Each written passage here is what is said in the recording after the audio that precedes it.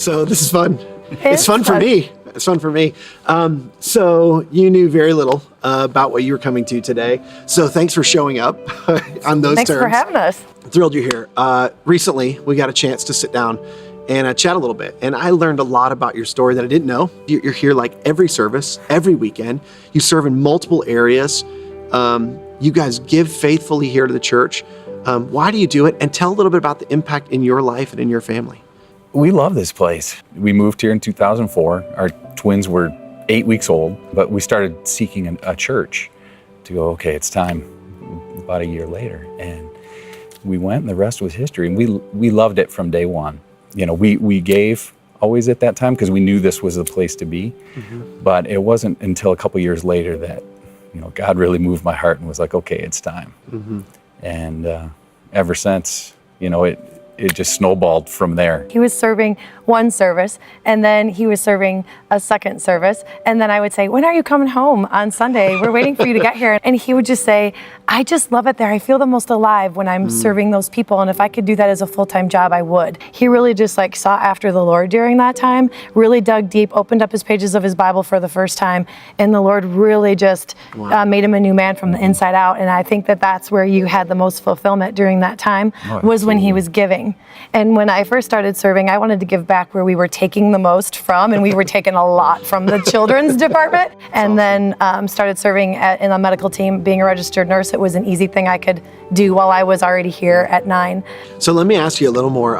Also, you know, when you're a young family, you come here and you said, hey, we made the decision, we're going to start investing here. We're going to start giving on a regular basis. You know, when you have young kids, like that's a hard season to be giving in. And now you got teenagers and it's more expensive. I love this question. It's a difficult season. But so why do you do that? And what keeps you doing that? I love this question. Do you mind if I take this? Because this is the thing for me. Like I was raised from the time, as long as I can remember, in faith. My parents always said, the Lord has entrusted you with 100%. And when we tithe, we're just giving back that 10% as an act of faith that we trust him with all that we have. So he's allowing us to keep 90. And I was just raised my whole life knowing that that was not mine to keep and that we had to do that. We just feel like if we're not doing what the Lord's calling us to do with our resources, then we've walked into a place of disobedience. And that to us is a scary place to walk. Here's the thing. It's hard to quantify how God has used you and so many people like you who just show up on a regular basis. And part of today is an opportunity for us to say thank you to you. You have an impact in so many people's lives, and you have no idea the impact that you're having. So today, I have some friends who've come with me who are here, and they want to share a little bit with you about their story. And I want to introduce you first to Jeff and Aubrey McInturf. They're going to share a little bit about their story. You have to excuse our waterworks that are starting. Me too. Hi. Hi. My name is Aubrey. This is my husband, Jeff. Hi. We've been coming to Mission for about 7 years now. And just a little bit about me. I survived childhood sexual abuse as a little girl, and then again as a teenager. So I survived in darkness for a lot of my life. I met Jeff when I was really young. I left home when I was 17, and I didn't know the Lord at all. There was a lot of abuse in our marriage, and just a lot of darkness. I found myself wanting to go to church, and this was a place where I went with my kids alone,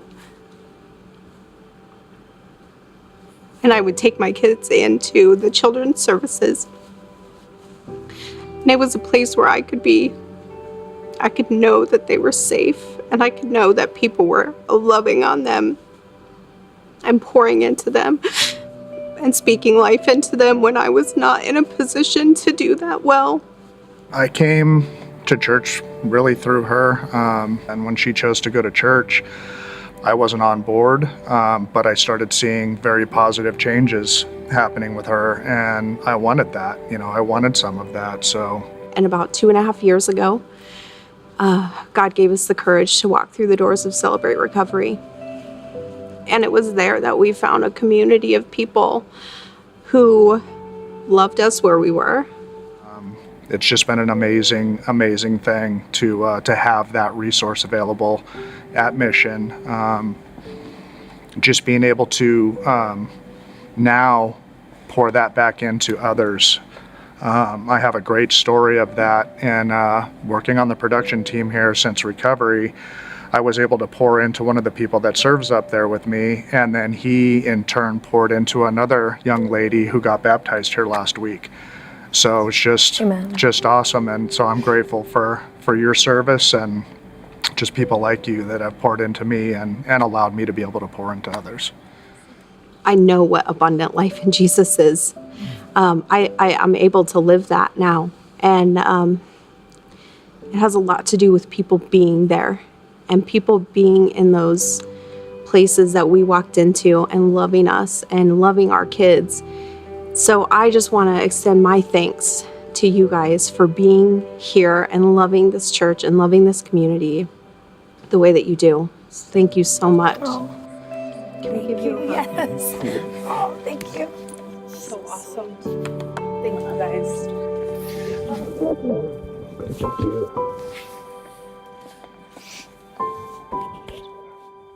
Hi. My name is Cameron. I am 16 years old. I've been attending Mission for about 2 years now. So my story really starts back when I was growing up. I never went to church growing up. I felt like God was not looking after me. I felt alone and that He just wasn't there. About 2 years ago, my dad, stepmom, and siblings all came to Mission. I thought it was just another church because we had been going back and forth from others many, many times. But I left here feeling like I was at home and I felt safe and welcomed and loved.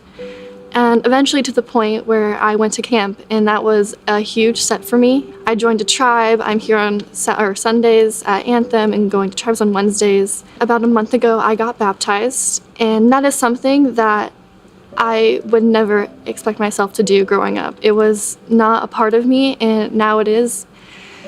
That led my mom, actually, to join Starting Point here. She never went to church either, but now she's here, and step by step, she's growing closer with God. I think that because of people like you that serve here continuously every week, you're creating an environment for people like my family to create their story and change their story completely. And that means so much because our walk with God is now stronger than ever, and thank you so much for that. Thank you. I'll give you a hug. Hi, Carrie. I'm Deb Lopez. I've been coming to Mission for about 3 years now. I grew up in a household led by a pedophile, and I went through 12 years of sexual, physical, mental abuse. And I grew up just feeling so unloved, so unworthy. We had went to my youth pastor, and I had let them know this was happening in my home. And the youth pastor said, that sounds a lot like not my problem. And that sounds like something you need to figure out at home, and you just need to be a good daughter and figure that out. And so I kind of went from a place where I always felt unloved and I felt unworthy to have a church tell me, you're unloved, you're unworthy, like, not our problem, you know? So I stayed away from the church for a really long time, like until about 3 years ago when my friend Ashley told me to come here. We loved it, day one. A year in, I decided I was gonna start serving. It wasn't the greatest start to serving because I kind of felt lost in the shuffle. Like, they didn't have my email right, and I just kept not getting messages. And like, you didn't show up. I'm like, I didn't know. And so I started to kind of feel that, like, unwanted again, unloved. Like, maybe my service, maybe I'm not good enough still. Like, I'm just not there. And this is where I lose it because for me, it's because volunteers. So it was when Kenny came in and he asked if he could meet me for coffee. And we met for coffee. And he was just like, he kind of felt my struggle, and I told him, I said, I just don't feel like I have a place here. I don't feel wanted. I don't feel needed. And he was like, that is so ironic because I want you to come and lead us. I want you, see, lose it. He's like, I want you to be a coach, and I want you to be in charge. Like, there's just something special in you that I can't really explain, but I feel like there's a reason you've been here. And that was my moment of like, I really can make a difference. It's people like you, honestly, that get me up Sundays to come back because I know that there's a community and I do have a place and I am lovable. So, thank you.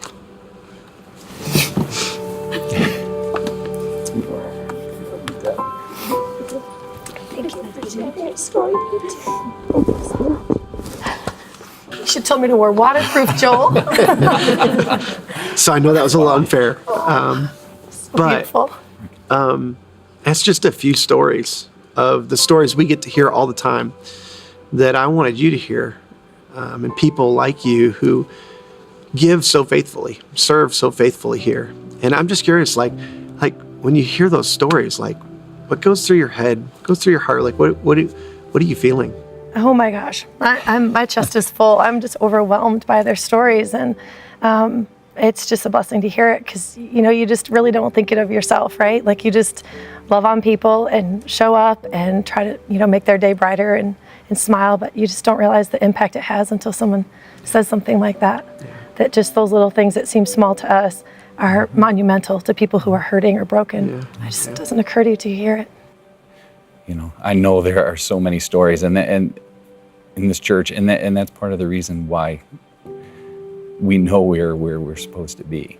I think the other thing too it reminds me is if you're just willing to let the Lord use your life, even if you don't think you have something to offer, but you say yes and let His will be done, then He just is looking for people to say yes. Yeah. And then He's got the rest. Yeah. So even for people who don't feel qualified, you don't feel like you have what it takes to do that next thing, He just wants someone to say that they're willing and then let Him lead the rest because He'll take it. That's cool. And multiply it. Well, I think that underscores why we wanted to meet with you, is because there's people like you who, on a regular basis, it's just your availability. And as you show up and you serve each week, and as you bring what you have, so that we can really create a church that's for everyone, that meets everyone right where they are, right where they're at. And really today, we just wanted to wrap our arms around you and just say thank you so much for all that you do for all of us. That's so sweet. Thank you so much. Thank you. Appreciate it.